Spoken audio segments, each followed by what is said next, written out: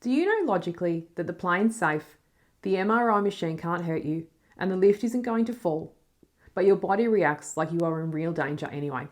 Today I'm talking about what's actually happening in your brain when this happens, and why you don't need to relive everything or face the fear head on to change it.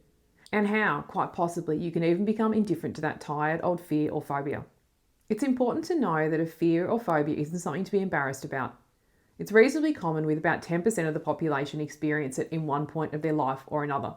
Some of the most common fears and phobias include a fear of animals, think spiders, snakes, dogs, insects, heights, flying, enclosed spaces, claustrophobia, which includes MRI machines and things like fear of elevators, needles, blood and medical procedures, natural environments, things such as storms, water, heights, driving, and in my experience, often that's driving on freeways or over bridges when other driving might be completely fine, and public speaking or performance situations.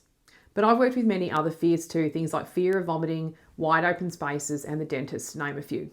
So if you have a fear or phobia, please know that it's not a character flaw. It isn't a sign that you're too sensitive, that you're crazy, or you're just not trying hard enough. It's actually your brain doing its job, trying hard to protect you, but it's based on a faulty association it made at some point in time. And as happens with brains sometimes, that association has stuck, even though your rational mind and people around you keep telling you you'll be fine, saying things like planes are safer than cars, you'll be okay, I'll be here to help you, or whatever else they might say to try to make you feel better, and God bless them for trying. But somewhere along the way, your brain paired a situation with danger, and it's been running that same old alarm system ever since, even though the actual danger has long passed.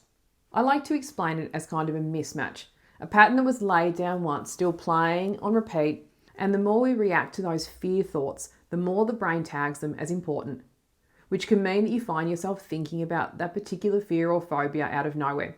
Your brain is just doing its job, but like most of us know, the brain can, one, get things wrong, and two, be a bit or a lot overzealous in its attempt to keep us safe. And here's the part that tends to surprise lots of people, and it's also good news. Whatever the brain has learnt, it can also unlearn. A lot of people also assume that overcoming a phobia means facing it head on, maybe repeatedly, until it stops bothering you at all. Or digging back through the story to where it all started and talking through it in detail.